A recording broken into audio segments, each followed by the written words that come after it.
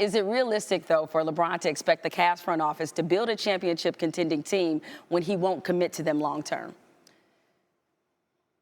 Well, Jamel, let's look at the way LeBron James has conducted his career. He's always played out the season, the contract in front of him, and then dealt with the next to come when it was the appropriate time. This is no different than when he came back to the Cavs in the summer of 2014. It wasn't like he signed a long-term deal then, and the Cavs lured him from Miami from a very stable situation where he made 4 straight NBA Finals, where he won 2 championships, with the promise that we are going to spend to be a perennial contender as long as you wear a Cavs uniform. And so there shouldn't be any difference heading into this season. LeBron's still under contract. He'll still be wearing a Cavs uniform.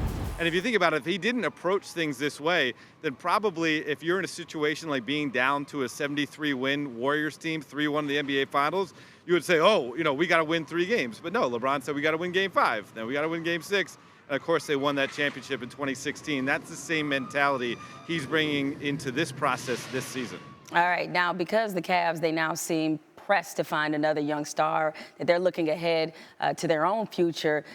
Does that increase the likelihood that Kyrie will be traded sooner rather than later? It seems like he might have a little bit of leverage there now.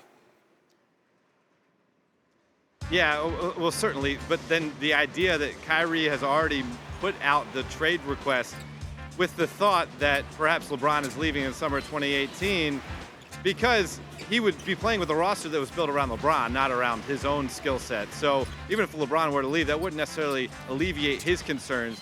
In terms of the timing of this deal, right now, Cavs GM Kobe Altman is in Tel Aviv for a Basketball Without Borders event. You would say that, oh, that'll probably, shut down some trade talks. He wouldn't be fielding phone calls.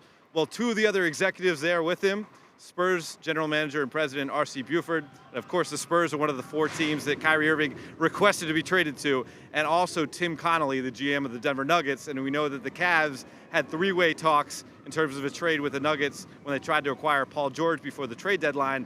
And the Nuggets have the type of young assets that could be valuable for the Cavs to give up a guy like Kyrie Irving if they could get Jamal Murray and company. So maybe we will see some movement in terms of trade talks, even though Kobe Altman is overseas right now. Well, isn't that interesting?